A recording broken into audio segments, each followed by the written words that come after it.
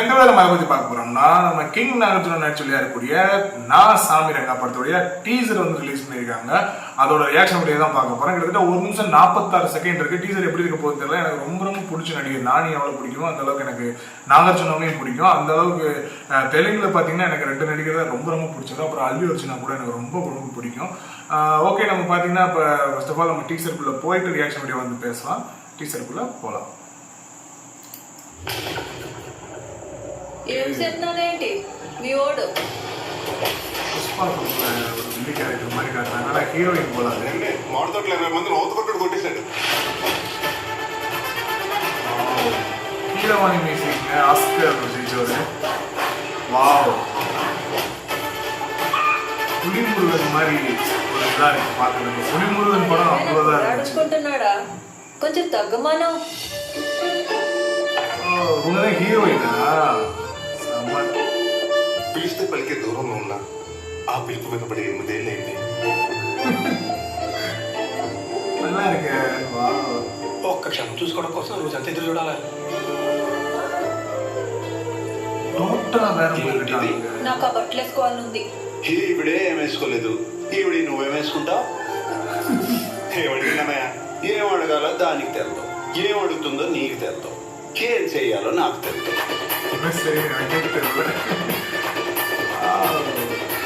அண்ணன் படம் கதையா? ஒரு கமர்ஷியலா நிறைய కలెంటేంట్రా మీ ఓడికి பேக்ரவுண்ட் வேற லெவல்ல இருக்குங்க.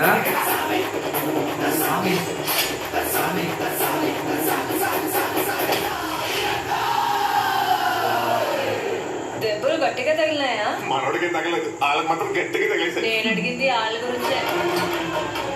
மாசுங்க நாகார்ஜுனா ரொம்ப ஆரம்பமே வந்தது தான். இருந்தாலுமே அவர் இன்னும் அந்த மாசு ரத்தம். ஓகே, டீசர் பார்த்தாச்சு. படம் ரிலீஸ் டேட்னு எதுவுமே சொல்லல.